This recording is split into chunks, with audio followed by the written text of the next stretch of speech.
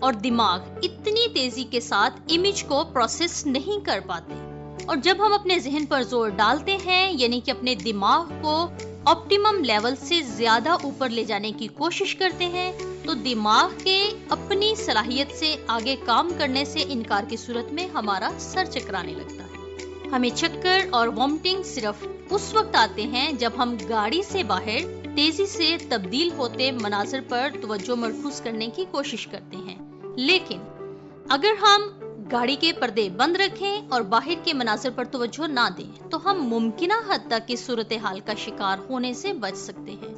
بعض اوقات سامعین، غیر دلچسپ اور طویل سفر کے دوران وقت گزارنے کے لیے کی جانے والی سرگرمیاں بھی ہماری بے چینی کے جذبات کو بڑھا سکتی ہیں۔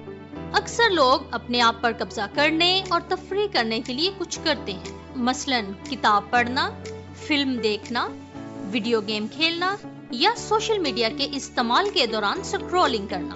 اس کے علاوہ بصری طور پر حرکت کرنے والی سرگرمیاں ہماری توجہ اس نقطے کی طرف جذب کرتی ہیں کہ ہم ان بصری سرگرمیوں میں شامل نہیں ہیں، جو ہمارے دماغ کو گاڑی کی حرکت کا اندازہ لگانے کی اجازت دیتے ہیں، اور یہ عمل حرکت کے ادراک میں الجھن پیدا کرتا ہے۔ نتیجتاً ہم اپنے آپ کو بیمار محسوس کرنے لگتے ہیں۔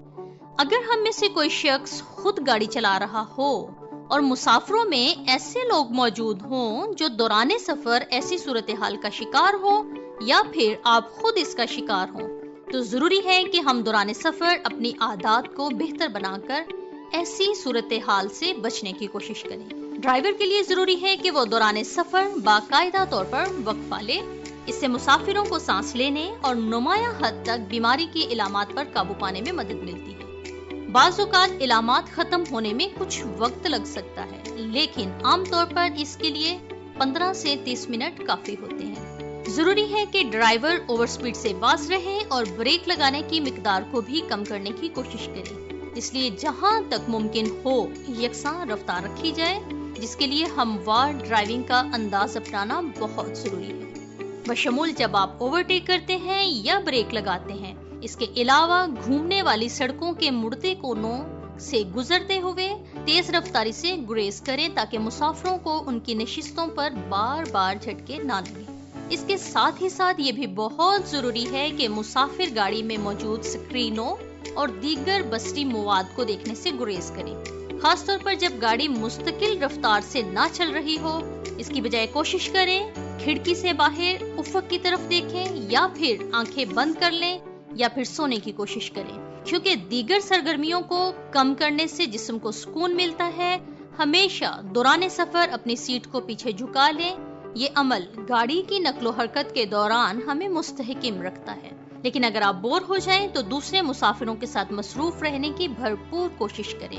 اس دوران آپ کھیلیں، گانے گائیں، کسی خاص رنگ کی کاریں گنیں یا بنائیں، اور وقت گزارنے میں مددگار اور ثابت شدہ پرتاثیر اور اپنے پسندیدہ رجحانات پر توجہ دیں، کیونکہ دوران سفر بیماری اور تھکن کی علامات کا ابھرنا اور پھر غائب ہو جانا بنیادی طور پر ایک نفسیاتی مسئلہ ہے۔ سامعین، سادہ تجاویز خاص طور پر مؤثر ثابت ہوتی ہیں۔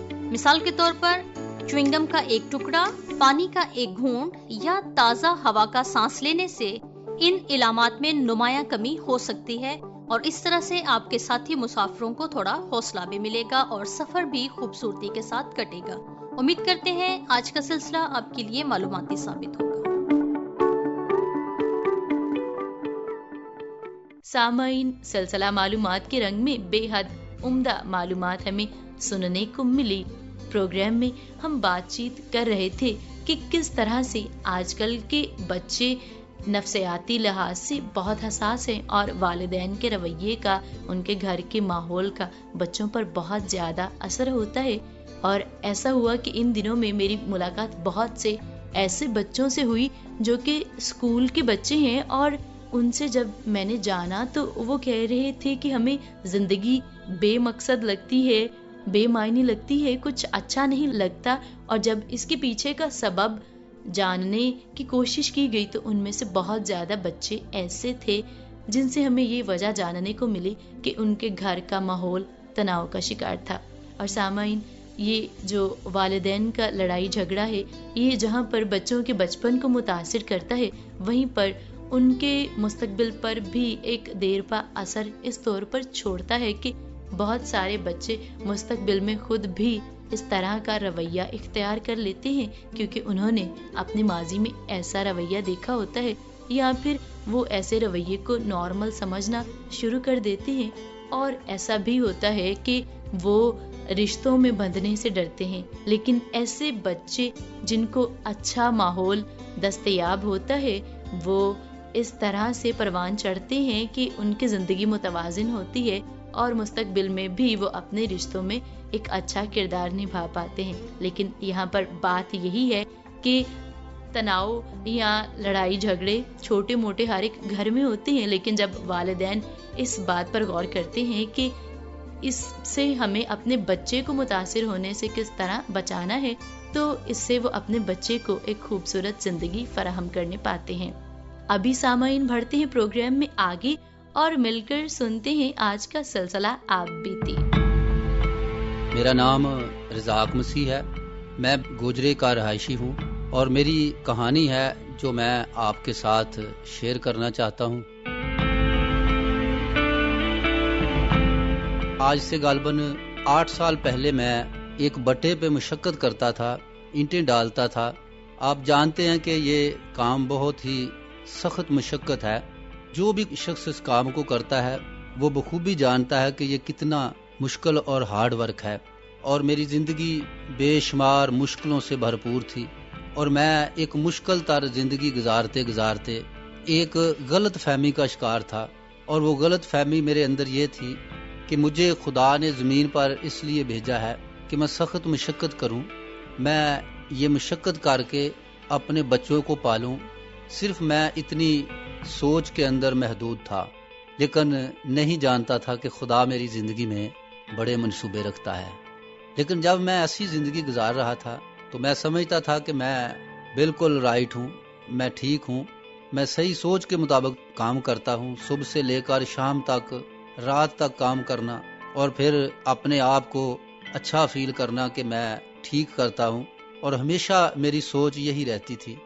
ایسے زندگی کا دار و مدار چلتا رہا، اور ایک وقت آیا کہ میرے اچانک گردوں میں جو ہے وہ شدید درد ہونا شروع ہو گیا، اور میں اتنا لاچار ہو گیا کہ چارپائی پر لیٹ گیا۔ تقریباً میں 7 سے 8 ماہ تک میں بیماری کے بستر پر رہا، اور رات کو میں جب بے رام ہوتا تو میری جان کو چین نہ ہوتا، تو میں سوچتا تھا کہ میری سوچ کہاں گئی۔ میں تو سوچتا تھا کہ مجھے زمین پر بھیجا ہی اس لیے گیا کہ میں اپنے بچوں کی پرورش کروں، تو صرف میرا یہی مقصد ہے۔ تو پھر میں سوچتا تھا کہ اب نہ جانے کون میری یہ وسائل خرچے پورے کر رہا ہے۔ میں یہ باتوں کو سوچتے سوچتے میری کئی راتیں گزر گئیں اسی طرح۔ تو ایک وقت ایسا ہوا کہ میں نے اپنی بیماری کے متعلق رپورٹیں کروائیں، سب کچھ دیکھا، میڈیسن کھائیں، لیکن مجھے بیماری سے رہائی نہ مل سکی۔ پھر ایسا ہوا کہ اسی بٹے پہ خدا کے لوگ عبادت کر رہے تھے، اور میں نے ان سے کہا کہ میرے لیے دعا کی جائے تاکہ میں اس بیماری سے رہائی پاؤں۔ تو انہوں نے میرے لیے دعا کی، اور جب انہوں نے میرے لیے دعا کی تو وہ پادری صاحب جب دعا کر رہے تھے تو میری جو پین تھی، جو درد تھی، وہ میرے بدن سے ختم ہو رہی تھی، اور جب انہوں نے دعا وہ کر چکے تو آدھی پین میرے بدن کے اندر، میرے گردے کے اندر رہ گئی اور آدھی ختم ہو گئی۔ اور جب انہوں نے دعا ختم کی تو میں ان کو بتا رہا ہوں کہ میری پین، درد آدھی چلی گئی ہے اور آدھی باقی ہے۔ تو انہوں نے مجھے کوئی جواب نہیں دیا، وہ میری طرف دیکھتے رہے، اور انہوں نے کہا میں دیکھتا ہوں، خدا مجھے بتاتا ہے کہ تیری زندگی کے اندر خدا کا ایک الہی مقصد ہے۔ اور میں تو ایک چھوٹی سی سوچ رکھنے والا شخص تھا، میں نے ان باتوں کو ایک بار پھر سے اگنور کر دیا، اور انہوں نے مجھے کہا کہ آپ دعا کریں، 8 دن کے بعد میں پھر آؤں گا، اور آپ دعا کیا کریں کہ خدا آپ کی زندگی میں کیا مقصد رکھتا ہے جس کے سبب سے آپ لاچار ہیں۔ اور میں دعا کرتا رہا۔ 8 دن کے بعد خدا کے لوگ پھر میرے گھر آئے، اور جب وہ آئے تو انہوں نے مجھے آواز دی میرا نام لے کر۔ جب میں نے اندر سے آواز دی، ان کی آواز کو پہچان لیا، اور میں نے کہا اندر آ جائیں بھائی۔ اور جب وہ اندر میرے سامنے آئے تو اچانک میرے اس گردے کے اندر میری کڈنی کے اندر اچانک اتنی تکلیف سامنے آئی کہ میں لاچار ہو گیا اور میرا چہرہ اتر گیا. مجھے ایسے لگتا تھا جیسے کسی نے میری کڈنی نئی لگا دی ہو اکھاڑ کے. تو جب یہ منظر میں نے دیکھا تو میرا چہرہ اترا ہوا. ان لوگوں نے دیکھا تو مجھے پوچھا کہ بھائی آپ کا چہرہ اتنا کیوں اتر گیا؟ تو میں ان کو اپنے لفظوں سے بتا نہیں سکتا تھا کہ خدا نے کس قدر میری زندگی کو، میرے جیون کو، میری کڈنی کو نیا بنا دیا ہے اور میری پین ختم ہو چکی ہے. تو میں نے جب ان کو بتایا تو بتانے سے پہلے میں اپنا دل فوراً خدا کے سامنے انڈیل چکا تھا اور میں اس بات کو تسلیم کر چکا تھا کہ خدا نے میری زندگی کو پھر سے نکھار دیا، بحال کر دیا ہے مجھے. اور یہ میری کہانی ہے اور اس کے اندر جو مین بات ہے نا میں کرنا چاہتا ہوں وہ جب میں نے خدا کو جان لیا تو پھر میں نے حکمت کی کتاب کے اندر ایک بات پڑھی جو اس وقت میرے لیے تھی. سلیمان کی مثال اور 3 باب 5ویں آیت کے اندر لکھا ہے، تو اپنی ہی نگاہ میں دانشمند نہ بن، خداوند سے ڈر. اور یہ بات میرے لیے بڑی امپورٹنٹ بات ہے اور آج میں اس بات کو اپنی زندگی میں لیتا ہوں اور کہتا ہوں کہ کئی دفعہ ہم اپنی زندگی میں ایک بات رکھ لیتے ہیں اور اسی کے اندر ہم گرفتار رہتے ہیں کہ یہ بات میری ہے اور ہم اس سے کہیں ہٹتے نہیں ہیں. لیکن میں آپ کو بتانا چاہتا ہوں خدا ہماری زندگی میں ہم سے بھی بڑھ کر ہمارے منصوبے رکھتا ہے. ہماری زندگی میں وہ بھلے منصوبے رکھتا ہے، وہ اچھے منصوبے رکھتا ہے.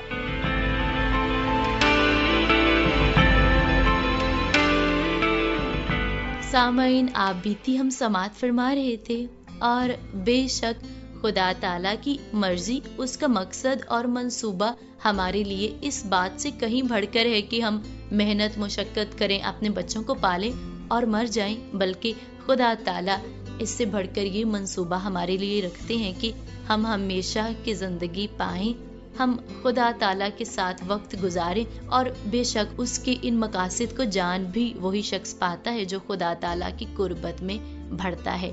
آئیے ابھی ہم بھی خدا تعالیٰ ہی کے حضور میں اپنے سروں کو جھکاتے ہیں اور مل کر دعا کرتے ہیں. خداوند پاک خدا، ہم آپ کی شکر گزاری کرتے ہیں آپ کی نعمتوں، رحمتوں اور برکات کے لیے. خداوند پاک خدا، آپ کے طرز کے لیے آپ کی شکر گزاری کرتے ہیں اور خداوند آپ سے التجا کرتے ہیں اپنے تمام تر سامعین کے لیے، ان کے گھرانوں اور خاندانوں کے لیے. خداوند ان پر اپنے ہاتھ کو بڑھائیے، محبت ہو خداوند، گھروں میں خوشی اور شادمانی کا ماحول ہو. ان کے خاندانوں میں جو بچے ہیں خداوند ان کے لیے آپ کی برکت مانگ لیتے ہیں. خداوند پاک خدا، اسی طور پر اپنے ملک پر آپ کے ہاتھ کو مانگتے ہیں، دہشت گردی کا خاتمہ ہو اور امن و امان کا ماحول قائم ہو. خداوند پاک خدا، ہمارے اس التجا کو قبول کیجیے، آپ کے پاک اور قدوس نام سے مانگتے ہیں، آمین. سامعین، اسی کے ساتھ پروگرام راہ زندگی پہنچتا ہے اپنے اختتام کو اور آپ کی میزبان عظمیٰ یونس پروگرام ختم کرنے کی اجازت چاہتی ہے. امید کرتی ہوں اگلے پروگرام میں پھر سے آپ سبوں سے ملاقات ہوگی. خوش رہیے، اپنا اور دوسروں کا بہت خیال رکھیے. دیجیے اجازت، خدا حافظ.